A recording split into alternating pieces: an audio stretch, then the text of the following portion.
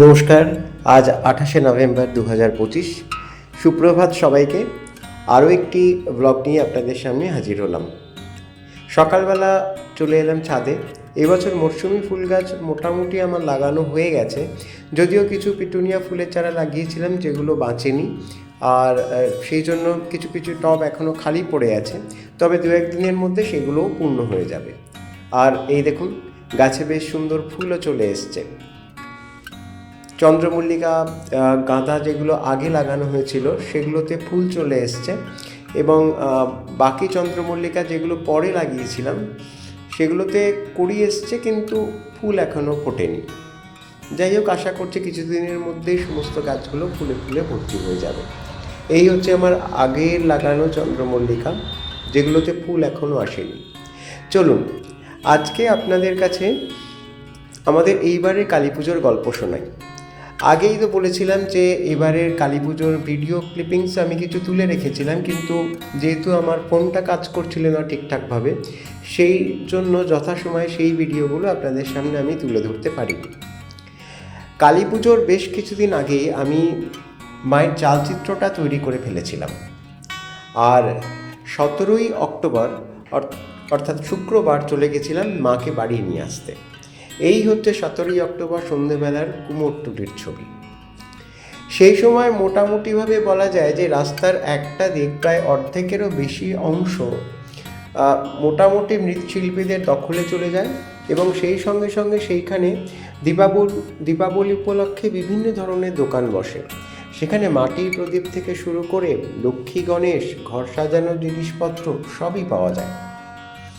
আমি আর প্রসেনজিৎ গিয়েছিলাম এবার ঠাকুর আনতে, অর্থাৎ মাকে বাড়ি নিয়ে আসতে। তো আমরা মেট্রো করে হাজির হলাম শোভাবাজার।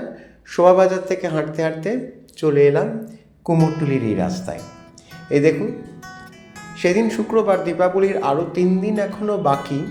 তবে তখন থেকেই কিন্তু বিভিন্ন দোকানে ক্রেতারা বেশ ভিড় জমিয়েছেন, আর যারা আমার মতোই ঠাকুর নিতে আসছেন তারাও সেই সঙ্গে সঙ্গে পূজার কিছু সামগ্রী এখান থেকে কিনে নিয়ে যাচ্ছেন।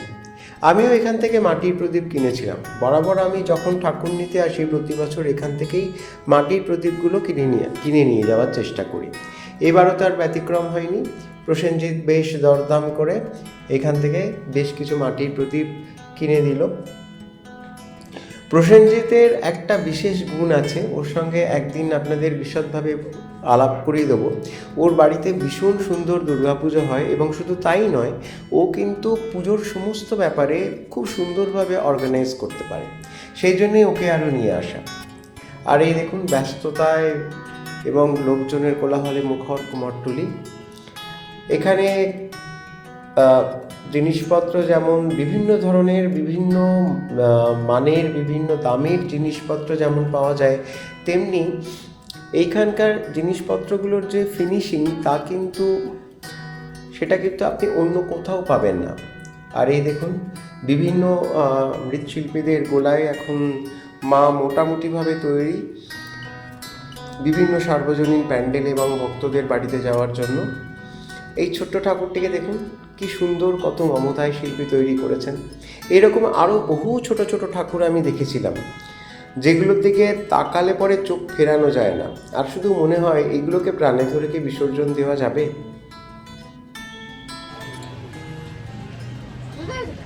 আর এই দেখুন, এবার জগদ্ধাত্রী মাও চলে এসেছেন।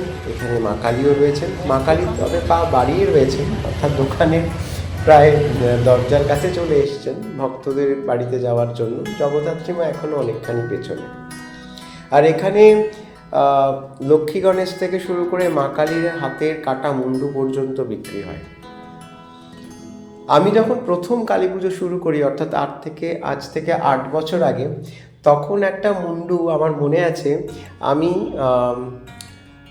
10 টাকা কি 15 টাকায় কিনেছিলাম। এবার সেই মুন্ডুরই দাম হয়ে গেছে প্রায় 30 থেকে 40 টাকা। আমি যদিও দরদাম করে আমি 30 টাকায় মুন্ডুটা কিনেছিলাম, কিন্তু যখন প্রথম কিনতে যাই তখন দোকানি আমার কাছ থেকে 50 টাকা দাম চেয়েছিল।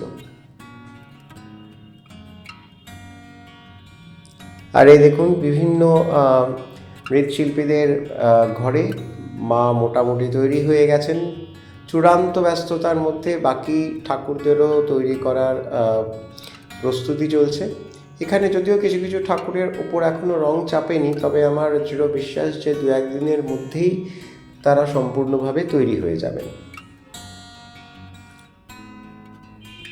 এখানে এইবার একটা জিনিস জানতে পারলাম যে কুমোরটুলিতে যেসব মৃৎশিল্পীরা কাজ করেন তাদের কিন্তু আবার শিফট বেসিসেও তারা কাজ করেন, অর্থাৎ যারা সকাল থেকে সন্ধে পর্যন্ত কাজ করছেন। আবার কিছু কিছু শিল্পী আছেন যারা সন্ধে থেকে রাত্রি সারা রাত ধরে কাজ করেন, অর্থাৎ একই ঘরে দুটো শিফটে শিল্পীরা কাজ করেন, যেখানে অনেক ঠাকুর একসঙ্গে তৈরি হয়। আর এই হচ্ছে আমাদের এবারের মা, তিনি লাল শাড়ি পরে মাথায় মুকুট পরে বেশ একদম রেডি। আমি এই বছর ঠাকুরকে কোনো শোলা বা রাংতার গয়না পরাইনি।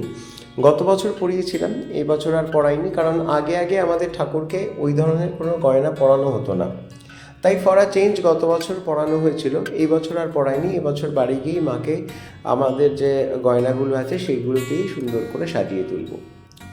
আর দেখতে দেখতে বাড়িতে মাকে নিয়ে যাওয়ার জন্য গাড়িও রেডি, এবং সেই গাড়িওয়ালা বলল যে এই মন্দিরের সামনে এসে দাঁড়াবে। ইনি হচ্ছেন উত্তর কলকাতার গিন্নি। বিশেষভাবে এই মায়ের কথা উত্তর কলকাতার সব লোকই মোটামুটি জানেন, এবং তারা যথেষ্ট ভক্তি শ্রদ্ধাও করেন। কথিত আছে যে শ্রীরামকৃষ্ণ এই মন্দিরে এসেছিলেন এবং মায়ের আরাধনা করেছিলেন, এবং গিরিশ ঘোষ তো কোনো নাটক লিখে প্রথমেই এই মাকে শোনাতে আসতেন। আমরা যেমন মাকে নিয়ে বাড়ি যাচ্ছি, তেমনি অনেকেই আমাদের মতো মাকে নিয়ে সেই দিন তাদের প্যান্ডেলে বা বাড়িতে নিয়ে গেছেন। আর এই হচ্ছে আমাদের মা, বাড়িতে চলে এসছেন, তার সাজগুজো সম্পূর্ণ, এবং মাকে চালচিত্রের সামনে আমি সেটও করে দিয়েছি। কালী পুজোর অন্যান্য গল্পগুলো নিয়ে হাজির থাকবো পরবর্তী কিছু ব্লগে। আপাতত আজকের মতো এখানেই বিদায় নিচ্ছি। আর এই হচ্ছে আমাদের পেছনে আমাদের স্টাডি। এই সময় বসার ঘরের সমস্ত জিনিসপত্র দিয়ে এই ঘর মোটামুটি পরিপূর্ণ। কালী পুজোর সময় এই ঘরটি মোটামুটি একটা গোডাউনে ট্রান্সফর্ম করে, কারণ কিছু করার নেই, কারণ কালী পুজোটাতে তো আর অল্প জায়গায় করা যায় না, অনেক বেশি জায়গা লাগে। আর তার বাসনপত্র এই সমস্ত মেজে রাখারও একটা জায়গা তো করা উচিত। আমার পুজোর বাসনপত্র মোটামুটি পরিষ্কার করে মাজা ধোয়া হয়ে গেছে, খালি এখন বাজার, পুজোর বাজার, ফুলের বাজার এবং মিষ্টির বাজারটা শেষ করতে হবে। এই হচ্ছে মা। যদিও ডেকোরেশনের আরও অনেক কিছু বাকি আছে, ফুল দিয়ে সাজানোটা বাকি আছে।